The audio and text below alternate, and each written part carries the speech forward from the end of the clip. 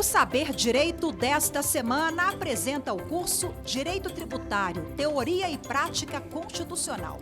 O professor Rafael Balanin traz os principais tributos brasileiros, os princípios constitucionais e o sistema tributário nacional.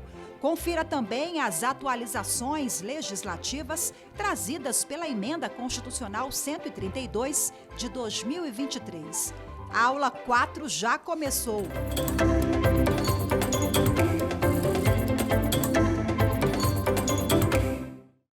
Olá, sejam muito bem-vindos ao programa Saber Direito da TV Justiça. Eu sou Rafael Balanin, advogado, mestre especialista em Direito Tributário, com mais de 20 anos na atuação na área tributária, e vim falar um pouco com vocês sobre Direito Tributário e Constituição. Lembrando que esse programa, além de estar na grade da TV Justiça, também está disponível no YouTube e também no aplicativo TV Justiça+. Hoje o nosso encontro é para falar mais especificamente sobre os tributos, os principais tributos que temos no sistema brasileiro. Nós tivemos os primeiros encontros falando sobre tributo e sistema tributário nacional, falamos um pouco sobre espécies tributárias, sabendo de todos os tipos de espécies previstas não só no Código Tributário Nacional, como na própria Constituição Federal, os impostos, as taxas, as contribuições de melhoria, os empréstimos compulsórios e as contribuições especiais. E no último encontro falamos um pouco sobre os principais princípios e garantias constitucionais tributários e falamos um pouco sobre as imunidades, né? Sobre aqueles recortes da competência que protegem determinadas entes ou determinadas operações da incidência da tributação. Toda essa discussão, obviamente, faz parte dessa análise da relação entre o direito tributário e a própria Constituição Federal, o próprio sistema tributário. E hoje nós vamos falar um pouco sobre os principais tributos que nós temos, os principais tributos com os quais lidam os contribuintes no dia a dia. Nós vamos falar de todos eles e vamos, inclusive, fazer uma apresentação dos novos tributos que vieram com a reforma tributária. A reforma mais detalhe vai ser tratada no nosso último encontro. Então, vamos começar a tratar do assunto. Vamos ver aí quais são os principais tributos do nosso sistema tributário. Primeiro tributo, até colocamos eles em conjunto, né? O IRPJ e a CSLL, tributação sobre a renda. Tá? Então, por que colocamos eles em conjunto? Muito embora seja importante dizer, nós temos o imposto de renda pessoa jurídica e a própria contribuição social sobre lucro líquido. Lembrando, um deles é um imposto, o outro é uma contribuição especial, que podem ter o mesmo ou um fato gerador muito similar por conta de serem espécies tributárias distintas. Então nós temos um imposto e uma contribuição especial e, portanto, eles podem de alguma maneira coexistir. E qual é a base desse tributo? Qual que é o fato gerador? É oferir renda, é ter disponibilidade de riqueza, acréscimo de riqueza no patrimônio, nesse caso especificamente da pessoa jurídica. Podemos falar também da pessoa física, mas falando aqui num primeiro momento sobre a pessoa jurídica, nós vinculamos muito ao lucro, tá? Então o resultado, mas não necessariamente. Tá? Então nós temos o IRPJ e a CSL como esses tributos incidentes sobre o acréscimo patrimonial, a riqueza gerada por aquela empresa. Tá? Nesse tributo especificamente nós temos três principais modalidades. A primeira modalidade é a do simples, em que o tributo, nesse caso específico, não incide necessariamente sobre o resultado, mas sim sobre o faturamento. Então, para fazer uma breve apresentação simples, é um sistema simplificado que permite empresas de porte menor, com faturamento menor, terem uma tributação mais simples, por isso do nome do programa. E ele é um tributo, nesses casos, calculado sobre o faturamento da empresa. Uma segunda modalidade é a do lucro presumido, em que também incide sobre um faturamento, mas você estabelece uma margem de lucro presumida. Então, o legislador, dependendo do tipo de atividade exercida pelo contribuinte, ele vai dizer, olha, tua margem de lucro presumida é 30%, é 15%, é 8%, e com base nesse lucro presumido é que você vai calcular o imposto de renda e a CSLL. E o terceiro modo é o lucro real, que é aí sim, se aproximar o máximo possível daquele que é o resultado da empresa. Tá? Lembrando que o Simples ele tem uma tributação, ele é aplicável para empresas de receita menor, até pouco menos de 5 milhões de reais. De 5 até 78 milhões, cerca de 78 milhões, nós temos a tributação pelo lucro presumido. E empresas que faturam mais do que 78 milhões estão necessariamente sujeitas ao lucro real. Professor, significa que uma empresa pequena não possa aderir ao lucro real? Pode aderir ao lucro real. O fato é que o sistema do Simples e o sistema do lucro presumido são mais simples, muitas vezes mais convenientes para a empresa, mas nada impede que uma empresa de faturamento de 30, 40 milhões por ano não possa estar sujeito ao lucro, se sujeitar ao lucro real. Mas o fato é que empresas acima desses 78 milhões estão necessariamente sujeitas ao lucro real. O que é esse lucro real? É você apurar o resultado da companhia, fazer todos os acréscimos e decréscimos previstos na legislação. Então, receitas, menos despesas, menos custos, você vai chegar num valor que, segundo escolha do legislador, é o equivalente ao lucro tributável, que é importante lembrar, não se equipara ao lucro contábil. Ele é similar, mas ele está sujeito a determinados ajustes que a legislação meramente contábil não prevê. Mas uma vez atingido esse lucro tributável, você pode oferecer a tributação pelo imposto de renda, pessoa jurídica, e pela CSLL. Então esse um dos principais tributos, especialmente quando falamos em pessoa física, é o IRPJ e a CSL, são o imposto sobre a renda da pessoa jurídica e a contribuição social sobre o lucro líquido, ambos de competência da União Federal. Só a União Federal, por meio da Receita Federal, podem exigir o recolhimento desses tributos. Próximo tributo, nós temos aqui o IPI, que é a tributação, o imposto sobre produtos industrializados. Tá? O IPI tem como fato gerador, também é um tributo administrado pela União, e ele tem como fato gerador a saída de produtos, basicamente a saída de produtos industrializados. Tá? Mas não só essa saída de produtos industrializados. Como nós temos um fluxo grande de produtos importados e como forma de não estabelecer tributações distintas entre produtos nacionais e importados, também se exige o IPI sobre o desembaraço aduaneiro de produtos importados. Vocês se lembram que na última aula nós falamos sobre o princípio da isonomia? Imagine que você tem um produto fabricado aqui no Brasil, que está sujeito ao IPI de uma alíquota de 10%, por exemplo, e esse mesmo produto importado, como ele não foi fabricado aqui no Brasil, ele não estaria sujeito. Você está estabelecendo para o mesmo produto tributações distintas, além do que você estaria desestimulando a indústria nacional.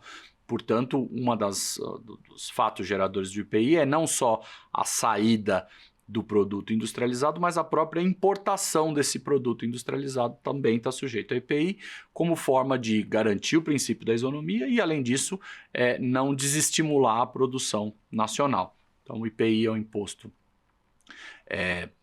de competência da União Federal, que incide entre a saída de produtos industrializados, mas também a entrada no território nacional, o desembaraço aduaneiro de produtos industrializados. Importante notar que ele está sujeito ao princípio da não cumulatividade, ou seja, significa que o IPI recolhido pelos fornecedores na entrada de um determinado produto no meu estabelecimento, ele pode ser usado como crédito para compensação do tributo devido quando eu dou saída para esse tributo, para esse produto. Importante notar, por exemplo, quando nós falamos no varejo, por exemplo, se eu compro um produto e não realizo nenhuma etapa de industrialização, eu compro esse notebook aqui e vendo ele do jeito que está, sou um mero comerciante desse produto. Eu estou sujeito ao IPI? Na maioria dos casos, não. Existem algumas situações de equiparação industrial, quando na verdade eu estou distribuindo um produto que foi fabricado por uma empresa com a qual eu tenho um vínculo societário, um vínculo comercial, mas via de regra, se eu sou só um comerciante adquirindo um produto e revendendo, eu não estou sujeito ao IPI. O IPI é devido na saída de produtos que tenham passado por um processo de industrialização dentro daquele estabelecimento. Então, isso é um ponto importante. Tributo de competência federal. Próximo tributo. PIS e COFINS, tributação sobre o faturamento. PIS e COFINS são duas contribuições especiais, de novo, aquelas previstas no 149 e 195 do Código da Constituição Federal, incidentes sobre o faturamento das empresas. Só para título de curiosidade, contribuição ao PIS é a contribuição ao Programa de Integração Social e a COFINS é a contribuição para o financiamento da Seguridade Social. Eles têm, as duas contribuições estão praticamente idênticas, têm o mesmo fato gerador, ou seja, oferir um determinado faturamento, e tudo muito similar, exceto as alíquotas, tá? Nós temos alíquotas um pouco distintas para as duas, mas normalmente na prática acabamos tratando os dois tributos como uma coisa só. Então falamos sempre do PIS e da COFINS, parecido com a questão do IRPJ e CSLL, mas na verdade no caso do PIS e da COFINS mais próximo ainda, tá? Eles são realmente praticamente idênticos.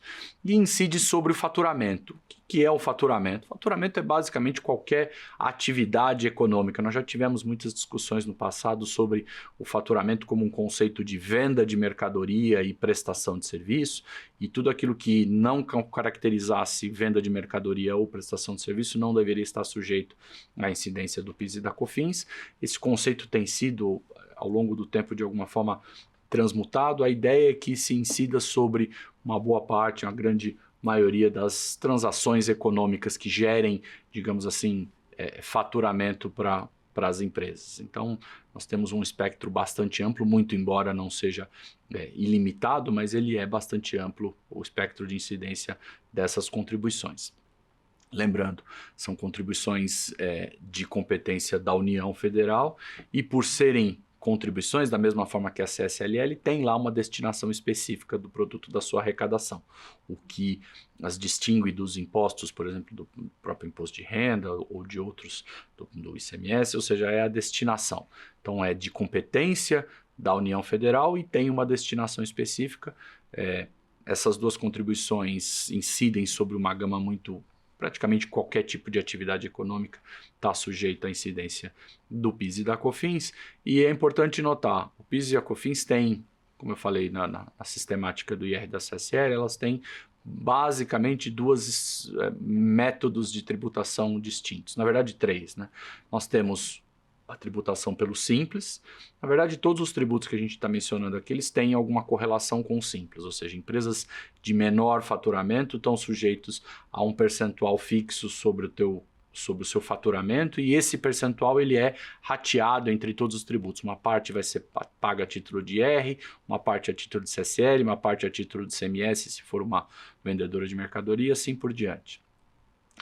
Nós temos o PIS e COFINS na sistemática de lucro presumido, que vai remeter o PIS e COFINS a uma tributação cumulativa, o que significa dizer, quando nós falamos de não cumulatividade lá atrás, falamos de ICMS e IPI, e eu disse que o COFINS poderia ser não cumulativo. Significa que, em algumas situações, ele vai estar sujeito à cumulatividade, significando que em cada etapa da cadeia de circulação eu teria uma incidência própria. Então, na produção da matéria-prima, na industrialização, no comércio e no atacado, você teria incidências em cascata, mas você pode ter, especialmente para empresas que estão no lucro real, não todas, mas uma boa parte delas está sujeito ao PIS e COFINS não cumulativo, ou seja, você pode, com a despesa, com a aquisição de um determinado insumo ou uma despesa necessária para a realização da atividade, você pode gerar um crédito que reduza o montante a pagar na operação subsequente. Então nós temos aí o PIS e COFINS como essa contribuição federal sobre faturamento, essas contribuições federais sobre o faturamento das empresas. Próximo tributo, ICMS como tributação sobre operações mercantis. ICMS é o tributo de competência estadual, um imposto de competência estadual que incide sobre a circulação de mercadorias, principalmente, mas também sobre a prestação de serviços de transporte intermunicipal e interestadual, ou seja, quando eu tenho um transporte, seja de pessoas ou de cargas, saindo de um município para outro, ou saindo de um estado para outro, esse serviço, em que pese ele seja um serviço, ele é tratado, ele está sujeito à tributação pelo ICMS. Além disso, também comercialização de energia elétrica, e os serviços de comunicações, telecomunicações, também são serviços que, apesar de serem serviços, estão especificamente sujeitos à incidência do ICMS e não do imposto municipal. Por que disso? Escolha do legislador constituinte. Optou-se que essas atividades, esses serviços específicos, estão sujeitos ao ICMS e não ao ISS. Ele é um tributo de competência estadual e, portanto, tem as suas características próprias, quais sejam as legislações muito diferentes de um estado para o outro, ou diferentes em alguma medida, talvez não muito diferentes. E aí acho que é importante fazer essa observação. Os demais tributos que nós falamos até agora, nós falamos de imposto de renda, de contribuição social sobre o lucro, nós falamos do IPI, nós falamos da contribuição ao PIS e da COFINS. Todos eles são tributos federais. Então é uma única legislação, ainda que sejam várias leis, temos várias leis para o imposto de renda, algumas leis para o CSL, nós temos várias leis específicas do PIS e da COFINS, temos o regulamento do IPI, ou seja, nós temos uma série de leis, mas todas elas do mesmo ente federado, ou seja, aquela regra, aquela norma, ela é aplicada de maneira uniforme em todo o território nacional. Se eu faço importação por um porto em Pernambuco ou em Santa Catarina, o IPI vai incidir sobre a mesma alíquota, na mesma situação. Se eu faço uma operação entre partes relacionadas que possa equiparar um estabelecimento a um industrial, então eu tenho lá a atividade industrial e a distribuição vinculada, são a mesma empresa, são empresas do mesmo grupo. Você pode ter algumas situações em que você tem uma equiparação à industrial, mesmo que seja uma distribuidora, ela pode em algumas situações estar equiparada a estabelecimento industrial. Essa equiparação ocorre seja no estado do Pará, seja no estado do Mato Grosso do Sul, seja no estado de Tocantins, seja no estado do Rio Grande do Sul.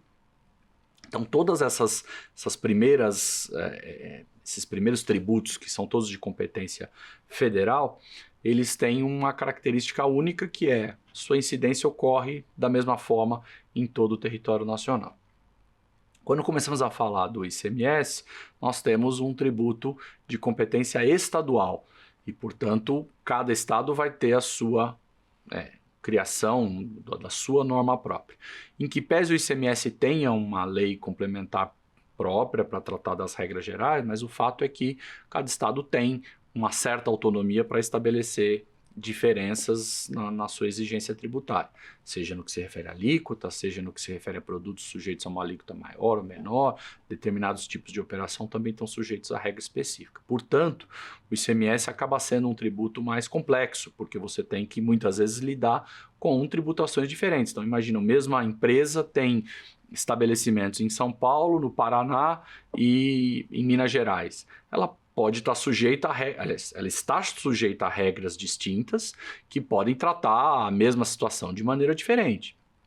E não só isso, você tem muitas vezes operações entre estados. Então, uma mercadoria que sai de São Paulo vai para o Espírito Santo, uma mercadoria que sai da Bahia e vai para o Ceará.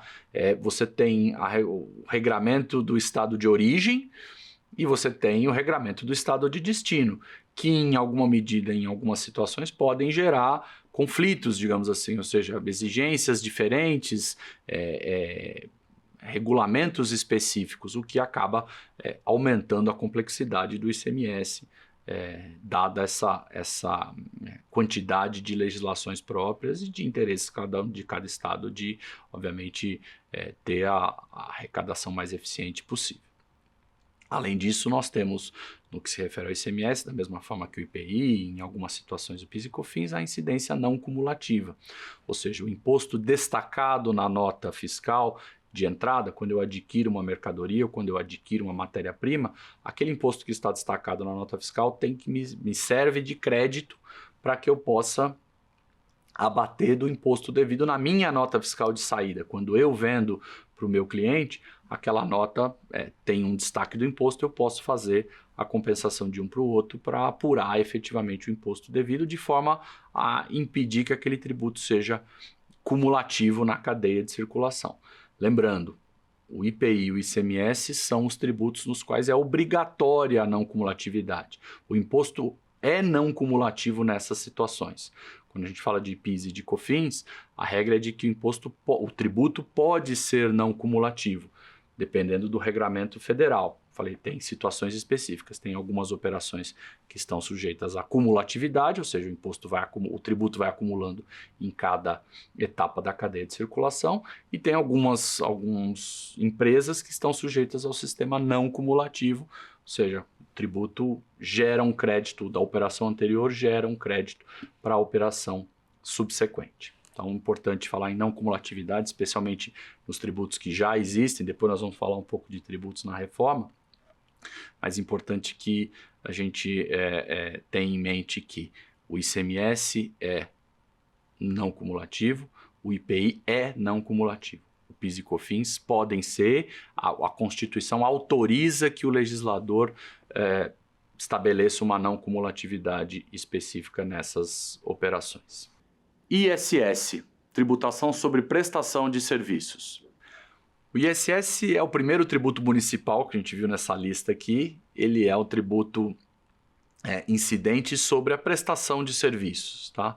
É importante notar que talvez o principal tributo para municípios grandes e tem uma atividade econômica mais relevante.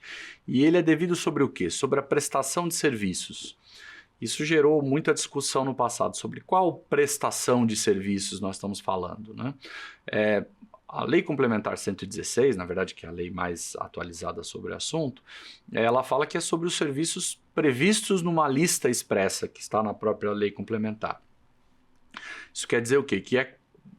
Não é qualquer serviço que pode estar sujeito ao ISS. Antes disso, até para a gente falar o que é serviço, né?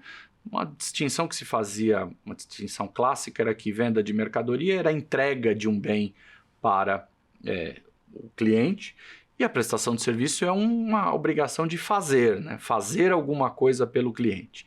Era assim que era a distinção talvez mais simples de ter, que a mercadoria era obrigação de dar e o serviço obrigação de fazer. Mas não era qualquer obrigação de fazer, é só aquelas previstas na Lei Complementar 116. E aí existe uma discussão muito grande se a lista ela é taxativa ou ela é exemplificativa. Então imagina, você tem lá uma série de atividades e você tem uma atividade que está fora, pelo menos textualmente falando, daquela lista. E isso é uma discussão que tomou corpo nas últimas décadas, porque cada vez mais as relações econômicas foram se dinamizando, o mercado vai evoluindo e vão surgindo atividades que não se enquadram naquela lista de serviços prevista na Lei Complementar 116. O que fazer a respeito disso? Primeira coisa era se discutir se a lista é taxativa ou exemplificativa. Se eu poderia pegar aquela lista lá e dizer, não, isso aqui é só um exemplo, mas qualquer tipo de atividade de fazer poderia estar sujeita à incidência do ISS. O que prevaleceu é que não, que essa lista ela é taxativa. Apesar de ser taxativa, ela pode ser interpretada de maneira extensiva. Tudo isso como forma de acomodar justamente a incidência da tributação sobre novas atividades que foram surgindo e que talvez não estavam ali expressamente previstas. Mas o entendimento que se tem é que essa, apesar de taxativa, ela permite uma interpretação extensiva. Portanto, a ideia é de incidir sobre os serviços, os fazeres, digamos assim, que estão descritos lá na Lei Complementar, ainda que de maneira extensiva. Então, esse é um tributo, primeiro tributo municipal da relação que nós identificamos. Então, todos esses tributos que eu mencionei até agora, muito voltados especialmente para atividades empresariais. Então, imposto de renda à pessoa jurídica, contribuição social sobre o lucro líquido, o IPI, o PIS e COFINS, o ICMS e o ISS. Esses são, eu diria que 80% dos tributos devidos pelas empresas. Então, para aqueles que já militam na área tributária ou que têm interesse pela área tributária, vão ver uma boa parte das discussões relacionadas à tributação vinculadas especialmente a esses tributos. Seguindo para o próximo tributo, IPTU, Propriedade de Bens Imóveis Urbanos. Esse também é um tributo municipal muito relevante, talvez até mais relevante do que o ISS no que se refere a municípios que dependem da sua arrecadação, né? Nós temos muitos municípios menores que têm uma atividade econômica um pouco mais restrita e, portanto, a atividade decorrente da prestação de serviço ela não é tão relevante a ponto de gerar arrecadação tão representativa. O IPTU, sim, né? Todos os municípios têm área territorial urbana, limite do município, né? A zona urbana do município tem imóveis que estão sujeitos à cobrança do IPTU. Então, talvez em termos de representatividade para os municípios em geral, o IPTU seja até mais importante do que o ISS. E ele, obviamente, é muito relevante porque ele incide sobre patrimônio. Todos os demais tributos que nós verificamos antes, eles incidem sobre atividade econômica.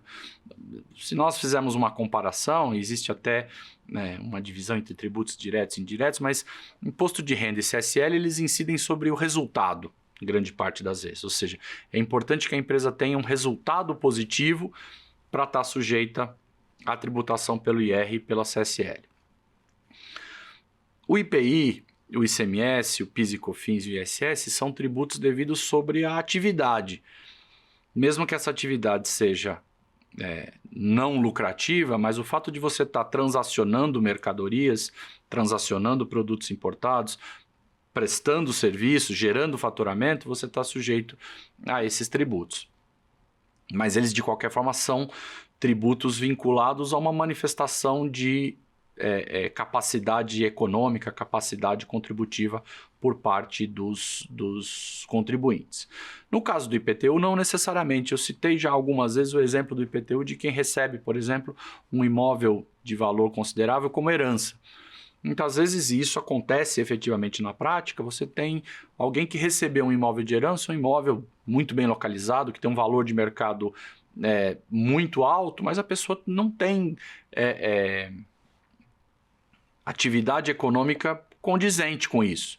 E aí você tem, às vezes, uma distorção, ou seja, você tem o IPTU incidindo sobre um valor muito elevado, mas para uma pessoa que não tem uma capacidade contributiva condizente. Você pode dizer, bom, mas ela pode vender aquele imóvel, enfim, sim, mas o fato é que a propriedade daquele imóvel não indica necessariamente um poder aquisitivo correspondente. Então, essa é uma das grandes discussões que muitas vezes nós vemos relacionadas ao IPTU. Mas, de qualquer forma, é um tributo importante, é um imposto de competência municipal, tem a questão da sua progressividade, ou seja, ele pode ser progressivo ao longo do tempo, inclusive com uma finalidade extra arrecadatória, que é a progressividade no caso de imóvel que não tem uma destinação adequada, imóveis abandonados podem, em algumas situações, estar sujeito à incidência de tributo progressivo, que pode levar até a própria expropriação, dentro do que a gente falou sobre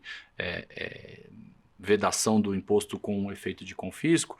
No caso do IPTU, para determinadas situações em que está claro e evidente que o proprietário não dá uma destinação adequada, manutenção adequada daquele imóvel, ele pode, em último caso, ter uma tributação muito excessiva, justamente para desestimular essa conduta e fazer com que os proprietários tenham a cautela para a manutenção do imóvel. Próximo tributo. ITR, Propriedade de Bens Imóveis Rurais.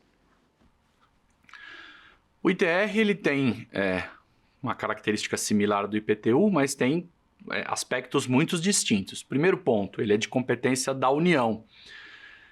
E segundo ponto, ele incide sobre a propriedade territorial rural. Então você vai ter dentro do município imóveis que recolhem o IPTU e imóveis que recolhem o ITR. Qual a diferença? Se o imóvel é urbano, ele está sujeito ao IPTU. Se o imóvel é rural, ele está sujeito ao ITR. Qual que é a regra específica? Normalmente o que se estabelece é que o município define o que é zona urbana, o que é imóvel urbano, e tudo aquilo que não estiver nesse conceito de imóvel urbano estaria sujeito ao conceito de imóvel rural. Estaria sujeito à arrecadação do ITR pela União. E aí, quais são os principais critérios? Se tem vias de acesso asfaltadas, se tem água e luz, por exemplo. São alguns dos critérios, tá? Nós podemos ter outros, mas alguns talvez os mais simples de se identificar. Se é um imóvel que passa lá uma via asfaltada, se tem poste com luz disponível, se tem sistema de tratamento de água e esgoto, de água encanada, seria um imóvel urbano. Se você não tem nada disso, ou se você não observa os critérios previstos na legislação municipal, você estaria sujeito ao ITR. Então, normalmente o estabelecimento da competência ele é negativo. Você verifica o que é imóvel urbano e o que sai desse conceito estaria sujeito ao ITR, ao Imposto Territorial Rural, que, de novo, é de competência da União Federal. Próximo tributo.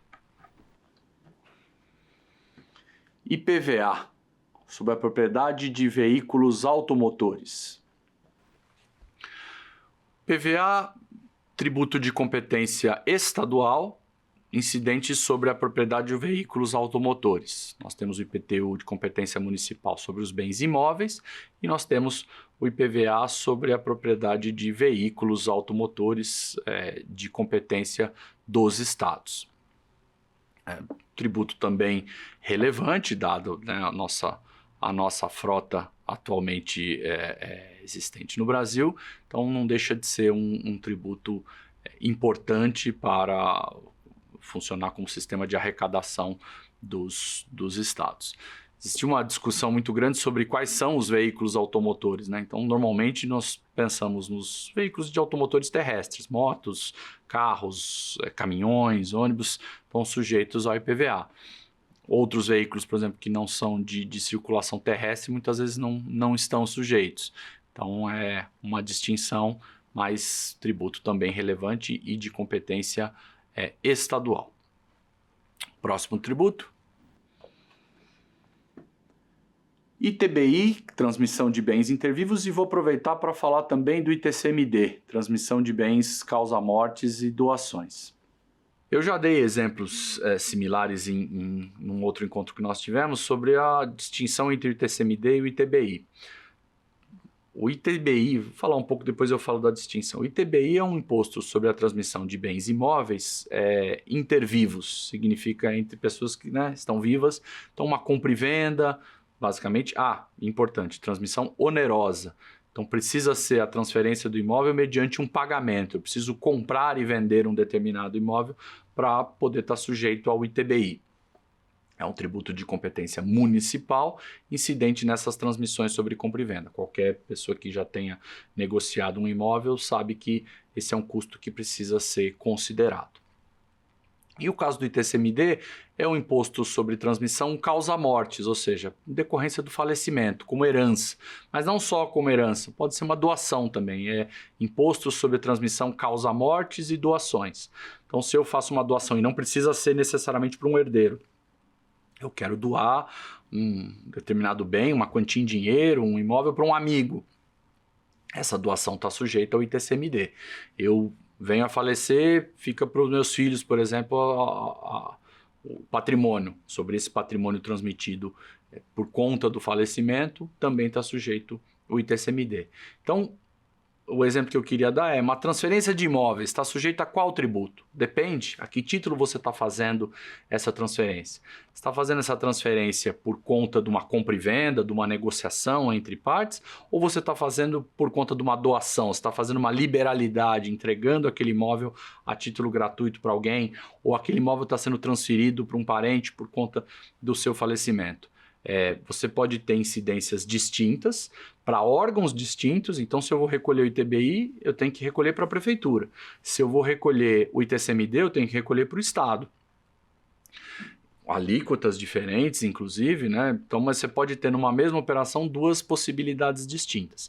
Obviamente que o ITCMD não é só incidente sobre transferência de imóveis, é que acaba sendo relevante até por conta dos valores envolvidos e tal, mas qualquer transferência feita ou a título de doação, inclusive em dinheiro, ou doação de bens, um automóvel, algum patrimônio, pode estar sujeito ao ITCMD. Notem que esses tributos, especialmente IPTU, ITR, IPVA e ITCMD, eles estão incidentes, como eu tinha dito, sobre patrimônio. Então, nós começamos falando de um tributo sobre o resultado, que é o imposto de renda e a CSL. Nós seguimos falando de tributo sobre atividade econômica independente do resultado, ou seja, eu posso ter PIS e COFINS mesmo que a minha atividade seja de prejuízo, posso ter o ICMS mesmo que minha atividade dê prejuízo, eu posso ter o ISS mesmo que a minha atividade dê prejuízo. E aí eu vou para um terceiro estágio que é os tributos sobre o patrimônio. Ou seja, eu posso não ter receita nenhuma, eu posso não ter ganho nenhum como pessoa física ou como pessoa jurídica. O fato de eu ter um imóvel, eu estou sujeito à tributação. O fato dele ser imóvel urbano ou rural vai dizer se eu estou sujeito à tributação pelo IPTU ou pelo ITR. O fato de eu ter um veículo automotor, eu estou sujeito à tributação sobre essa propriedade do veículo automotor. E por último, nós vamos para essa tributação sobre transferência de patrimônio. Então, compra e venda, ou uma doação, ou transmissão por conta do falecimento, nós estamos nesse último grupo de tributos que incidem sobre essas transferências. Nós temos aqui, como eu disse, uma parcela bem relevante dos tributos incidentes no Brasil. Nós, obviamente, não esgotamos esses tributos, mas digo que, dentre esses aqui, nós temos, com certeza, mais de 90% das questões envolvendo o tributo. E, obviamente, falando do imposto de renda, eu falei muito do imposto de renda pessoa jurídica, mas nessa conta também entra o imposto de renda pessoa física. Ou seja, quando você ofere rendimentos do teu trabalho assalariado, quando você ofere rendas do teu trabalho como profissional liberal, você vai estar sujeito à incidência do imposto de renda para as pessoas físicas, que normalmente é calculado, pelo menos os principais situações, perante a faixa de renda que você tem. Ou seja, dependendo da tua renda mensal, você vai ter tributações progressivas. E agora eu queria passar para os últimos tributos, são os tributos decorrentes da reforma tributária. Novos tributos brasileiros, Emenda Constitucional 132 de 2023. CBS, Contribuição sobre Bens e Serviços, IBS, Imposto sobre Bens e Serviços e Imposto Seletivo. Antes de tratar desses tributos, e eu vou tratar do assunto com mais detalhe no nosso último encontro, é importante notar que esse ano de 2023, no ano de 2023, agora no ano de 2025, com a aprovação da Lei Complementar 214, nós estamos passando por uma mudança significativa do nosso sistema tributário. A ideia é que, por um período gradual, não vai ser imediatamente, mas que nós substituamos muitos dos tributos que estavam ali por novas exigências tributárias. Qual que é a ideia da reforma, tanto da emenda constitucional quanto da lei complementar já sancionada? Que nós troquemos a contribuição ao PIS e a COFINS por esse chamado CBS, Contribuição sobre Bens e Serviços. Então é um tributo que vai extinguir a exigência do PIS e COFINS nos próximos anos, gradualmente, e vai passar a ser cobrado o CBS, um tributo único, uma contribuição única, substituindo o PIS e a COFINS. De novo, ele vai continuar sendo de competência federal, e a ideia é que ele tenha, como o PIS e COFINS já são de alguma forma muito próximos, a ideia é que o impacto no que se refere ao CBS não seja tão expressivo. Nós vamos estar trocando dois tributos que têm legislações diferentes, muito embora as legislações sejam muito convergentes em, diria que 99% das situações, para ter uma legislação só, instituindo uma única contribuição. O que, de alguma forma, pode simplificar essa parte do sistema tributário brasileiro. Então, a tendência de que o PIS e COFINS deixem de existir nos próximos 2, 3 anos, até 2027, 2028, e passe a vigorar apenas a CBS em âmbito federal. Quanto ao IBS, nós temos uma situação mais desafiadora, porque a ideia do IBS é que nós substituamos o ICMS e o ISS.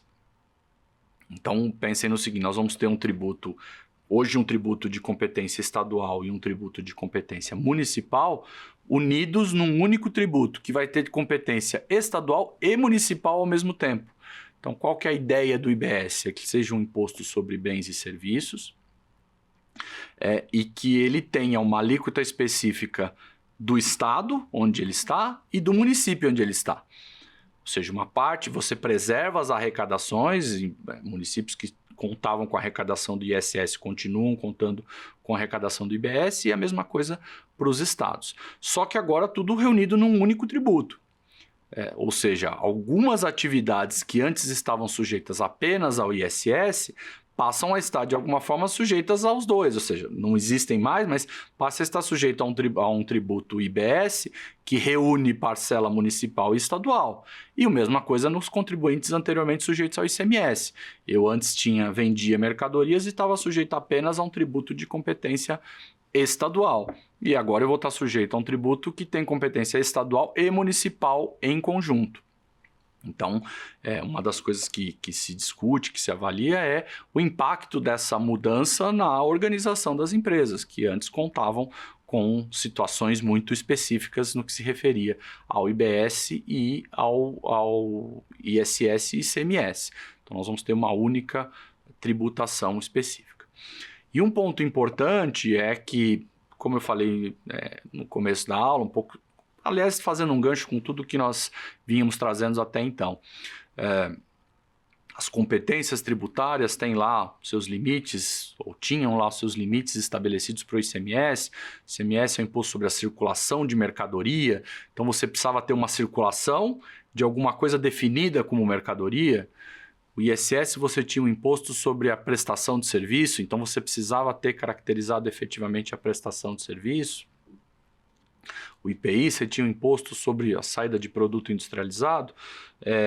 E agora com o IBS e o CBS, a ideia é de que você tenha um tributo ou dois tributos sobre transações econômicas. Então, aquela questão dos limites definidos de atuação do que é mercadoria, do que é serviço, do que é atividade que não está corretamente prevista, na legislação, na Lei Complementar 214 em especial, ela está tratada de maneira muito mais ampla. Ou seja, a ideia do legislador, que obviamente vai ser objeto de análise, vai ser objeto de eventualmente discussão e eventualmente necessidade de intervenção das autoridades tributária, seja administrativa, o CARF, os conselhos, os tribunais administrativos, seja o Poder Judiciário, sobre esse conceito mais amplo, mas a ideia da lei é de que o IBS e o CBS possam incidir sobre atividades econômicas em si. Qualquer tipo de transação que tenha um propósito econômico de gerar riqueza poderia estar sujeita a esses dois tributos. Então, é um elemento que permitiria a ampliação da incidência de tributos. Já tem uma ampliação pelo fato de você ter contribuintes que antes estavam sujeitos apenas ao tributo estadual vão estar sujeitos ao tributo estadual/municipal, e do outro lado a mesma coisa, contribuintes que estavam sujeitos apenas ao tributo municipal vão estar sujeitos ao municipal/estadual em conjunto, e todos eles, a IBS e o próprio CBS, atuando ou incidindo sobre fatos econômicos considerados de maneira mais lato sensu, ou seja, sem tantas definições, é uma transação sujeita a efeitos econômicos, poderia estar sujeito a esses tributos. São tributos não cumulativos, que permitirão o direito ao crédito sobre aquisição de insumos, sobre aquisição de quaisquer aquisições que tenham gerado arrecadação, ou seja, uma vez que o fornecedor pagou o IBS e CBS, você permitiria o teu direito ao crédito nessas transações, e nós estamos apenas a poucas semanas da aprovação, da sanção da lei. Isso significa que o estudo mais aprofundado desses tributos vai ocorrer ao longo do tempo. Nós demoramos anos para poder entender o sistema tributário da Constituição de 1988, provavelmente vamos levar um certo tempo para entender e medir todos os aspectos dessa reforma no que se refere a esses dois tributos. E o último tributo que está na nossa lista, imposto seletivo, que também está previsto no 153 agora da Constituição. Esse imposto seletivo está previsto no 153, inciso 8 da Constituição. Compete à União instituir impostos sobre produção, extração, comercialização ou importação de bens e serviços prejudiciais à saúde ou ao meio ambiente nos termos da lei complementar. Nós chamamos de imposto seletivo, mas a definição mais técnica da Constituição é essa: produção, extração, comercialização ou importação de bens e serviços prejudiciais à saúde ou ao meio ambiente. Ou seja, são produtos que vão fazer mal às pessoas ou podem de alguma forma prejudicar o meio ambiente. Num intuito, obviamente, de arrecadação, mas também de política fiscal, de política econômica, a ideia é se estabelecer esse imposto para tornar menos interessante, vamos dizer assim, a comercialização desse tipo de produto, ou gerar uma arrecadação suficiente para reduzir os danos decorrentes desse produto. Então, a Lei Complementar 214 já tem uma lista de atividades que estarão sujeitas à incidência desse imposto. Chamamos de imposto seletivo porque ele também tem, na mesma linha do que falamos lá atrás do ICMS, do IPI, a função de selecionar determinadas atividades para torná-las mais caras, vamos dizer assim, mais custosas do ponto de vista tributário. Então ele também é um tributo que vai compor esse sistema tributário novo. Lembrando que nós estamos falando ainda não numa forma imediata, mas nos próximos de 3 a 10 anos, toda a fase de transição, nós vamos ter o fim da contribuição ao PIS, da COFINS, do ICMS e do ISS, e vamos ter o estabelecimento da CBS, que é a Contribuição de Bens e Serviços de competência da União Federal, e o IBS, Imposto sobre Bens e Serviços, de competência dos estados e municípios conjuntamente. Acho que isso é importante ter essa diferença. Nós não teremos mais um tributo municipal sobre serviços e um tributo estadual sobre mercadorias. Teremos os dois tributos incidindo conjuntamente. Além disso, teremos também o imposto seletivo, que vai ter essa função de arrecadação, sem dúvida, mas também de estímulo ou desestímulo de determinadas atividades econômicas que possam, de alguma forma, prejudicar a saúde ou o meio ambiente, ou ao menos criar elementos que permitam você custear, eventualmente, medidas saneadoras de problemas que esses tipos de produtos possam, porventura, trazer. Essa era a aula de hoje. Eu acho que podemos passar para o nosso quiz.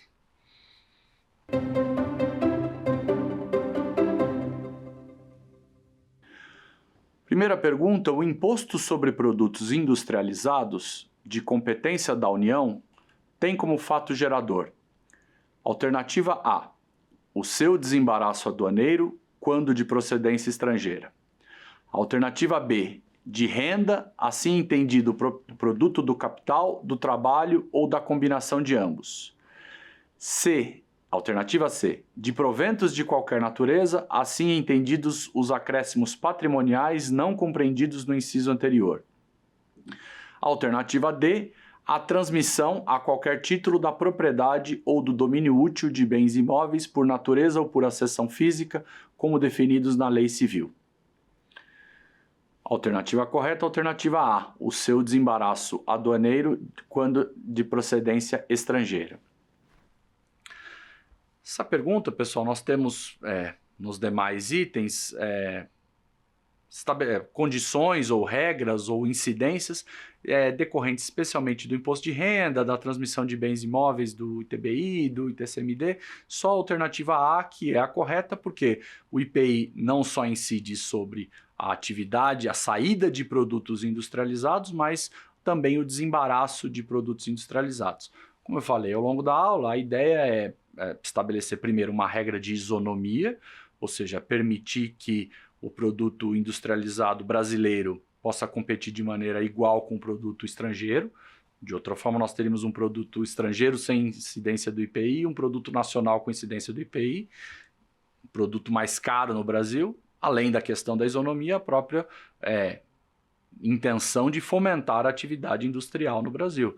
Senão você desestimula a prática, o desenvolvimento da atividade industrial e torna mais interessante apenas o produto importado. Então o IPI incide sim sobre desembaraço aduaneiro de produtos importados, produtos industrializados importados. Próxima pergunta. O imposto sobre a renda e proventos de qualquer natureza de competência da União tem como fato gerador a aquisição da disponibilidade econômica ou jurídica. Alternativa A, de renda, assim entendido o produto do débito, do trabalho ou da combinação de ambos. Alternativa B, de renda, assim entendido o produto do capital, do trabalho ou da desunião de ambos. Alternativa C, de renda, assim entendido o produto do capital, do trabalho ou da combinação de ambos.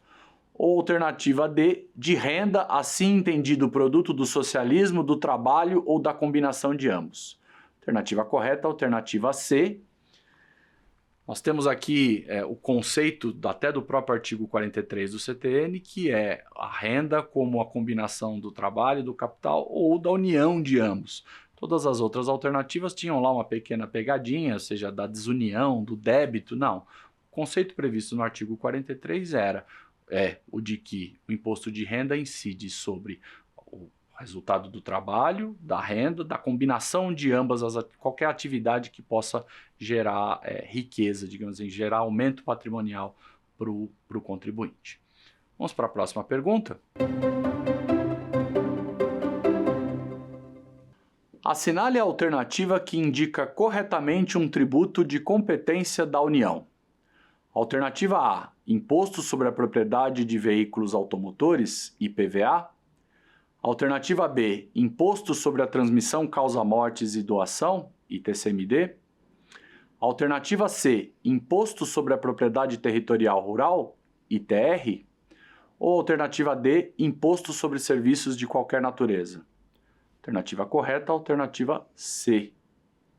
Isso. Todos os impostos, o IPVA e o ITCMD, são de competência estadual, estão lá previstos no artigo 155 da Constituição Federal. Enquanto que a alternativa D, o ISS, ele é um tributo de competência municipal, sujeito à tributação pelo município, está previsto no 156 da Constituição. O único que é de competência federal, muito embora seja um tributo não tão discutido ultimamente, é o ITR. Até fizemos a análise de que o IPTU e o ITR têm fatos similares, mas têm competências distintas. Então, a competência é definida pelo IPTU, qual que é o território urbano. Aquilo que não for território urbano é território rural, submetido à incidência do ITR de competência da União Federal. Pois bem, pessoal, o intuito da aula de hoje era trazer para vocês os principais aspectos dos principais tributos que nós temos, voltando à descrição linear, digamos assim, dos nossos encontros, tratar do tributo no seu conceito mais básico, daquilo que era o sistema tributário nacional, das competências federal, estadual, municipal, o exercício dessas competências, falar um pouco sobre quais são as espécies tributárias que nós temos aqui no Brasil, falamos também sobre os princípios e garantias, ou seja, tudo aquilo que foi nos permitindo chegar nesse momento para analisar efetivamente quais são os principais tributos em âmbito federal, estadual e municipal.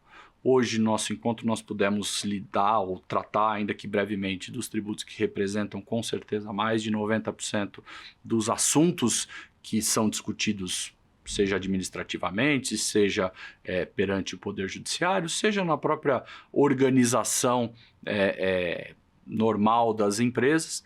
Então, conseguimos, com tudo isso, trazer, acho que, princípios básicos e condições básicas para que todos possam entender como funciona o nosso sistema tributário, quais são os caminhos mestres, vamos dizer assim, para se compreender a tributação no Brasil. E na nossa próxima aula e último encontro, nós vamos tratar especificamente sobre a reforma. Falamos um pouco sobre alguns dos tributos da reforma, mas a ideia é tratar dessa reforma com mais detalhes, falar dos princípios que estão vindo com ela, da qual é a mecânica efetivamente que está sendo trazida. Nós temos sim uma mudança sensível, digamos assim, do nosso sistema tributário. Posso comparar essa mudança à própria entrada em vigor da Constituição de 88. Nós tivemos lá na Constituição de 88 um modelo tributário todo novo e nós vamos ter agora uma mudança tão relevante quanto. Por hoje era isso, eu queria agradecer a presença de vocês. Eu sou Rafael Balanin, meu contato está disponível nas redes, especialmente no LinkedIn. Foi um prazer estar com vocês. Novamente, faço o convite de assistirem também pelo YouTube e também pelo aplicativo TV Justiça Mais. Muito Muito obrigado e até a próxima. Quer dar alguma sugestão de tema para os cursos do Saber Direito? Então mande um e-mail para a gente, saberdireito@stf.jus.br. Você também pode estudar pela internet. Acesse o nosso site radioetvjustiça.jus.br ou pode rever as aulas no canal do YouTube, @Rádio e TV Justiça.